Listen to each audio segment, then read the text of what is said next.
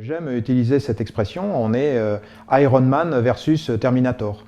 Terminator, c'est une machine en métal avec un logiciel qui déglingue tout le monde, tandis qu'Iron Man, c'est un gars qui n'a aucun pouvoir. Bon, il a de l'argent, bien sûr, mais il n'a aucun pouvoir.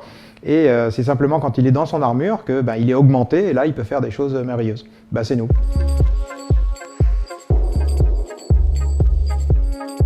Le logiciel est gratuit, tout le monde peut le télécharger, getmusic.com. Tout de suite, vous pouvez générer des musiques, alors en fonction de genres que vous aimez, rock, blues, etc. Et vous pouvez prendre une de vos vidéos, et là, le mariage va se faire quasi automatiquement. Vous allez pouvoir dire dans votre vidéo, à cet endroit-là, je voudrais marquer un temps fort, ou ce qu'on appelle un climax. Eh bien, la musique qui a été générée va s'adapter automatiquement à votre demande.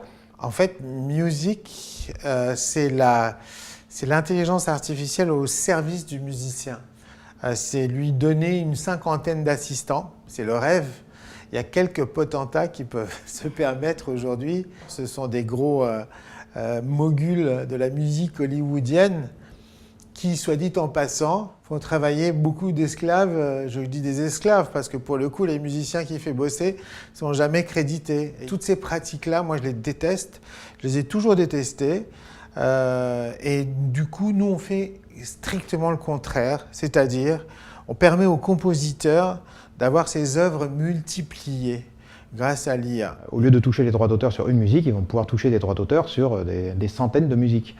C'est une manière, encore une fois, de donner accès au film à plein de musiciens.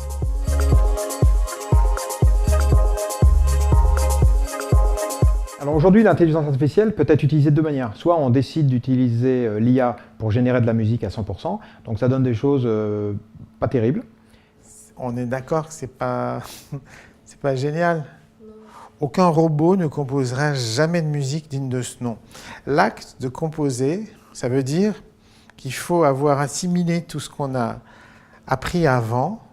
Donc, au pire, le machine learning peut faire ça, sauf qu'à un moment donné, où il y a un geste irrationnel qui fait qu'on va se démarquer de ce qu'on a fait avant. Sinon, on ne fait que copier tout ce qui a été fait et ça n'a aucun intérêt.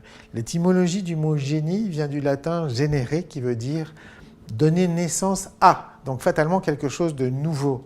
En gros, s'il y avait eu des robots jusqu'à présent, aucun Mozart, aucun Bach, aucun Beethoven, aucun Wagner ne serait sorti de là.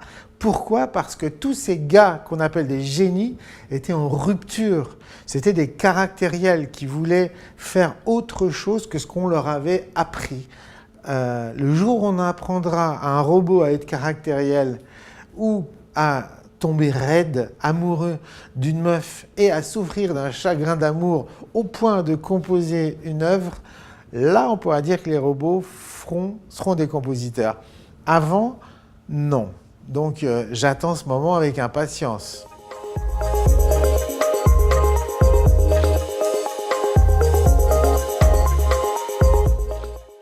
Musique aujourd'hui travaille sur la base d'arrangements, donc on a des compositeurs qui travaillent avec nous et qui nous donnent des arrangements. Pour vous donner un ordre d'idée, aujourd'hui, à ce jour, on a travaillé avec 80 arrangements et ça nous a donné environ 20 000 générations de musiques différentes.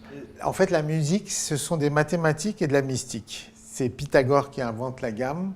Donc la musique porte en elle, je dirais, cette idée d'informatique de 1 et de 0.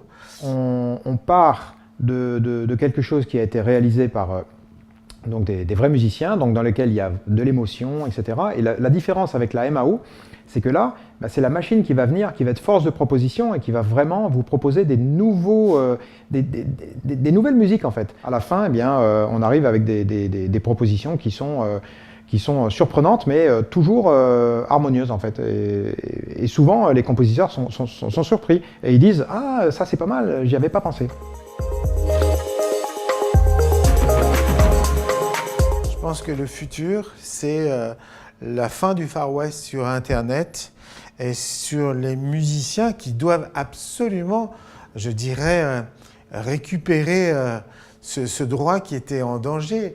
La gratuité sur Internet, ça a déjà foutu en l'air des pans entiers de l'industrie musicale. Aujourd'hui, on a trouvé d'autres modèles économiques, tant mieux. C'est pas aussi formidable qu'avant, mais ça en prend le chemin. Ce sont des pratiques, je dirais, qui sont vertueuses. Personne, on ne demande jamais à un boulanger de faire du pain gratuitement. Pourquoi un musicien devrait bosser gratuitement? Demain, les majors, ce seront les GAFA. Je leur dis souvent, vous êtes en train de voler une voiture, ne cassez pas le moteur, ça peut vous servir, ça ne vous servira à rien, une carcasse vide. Les majors de demain, ça sera probablement vous, et à ce moment-là, vous verrez que le droit d'auteur, c'est super utile. Et pour protéger vos clients des usages de la musique, et évidemment, pour protéger les compositeurs.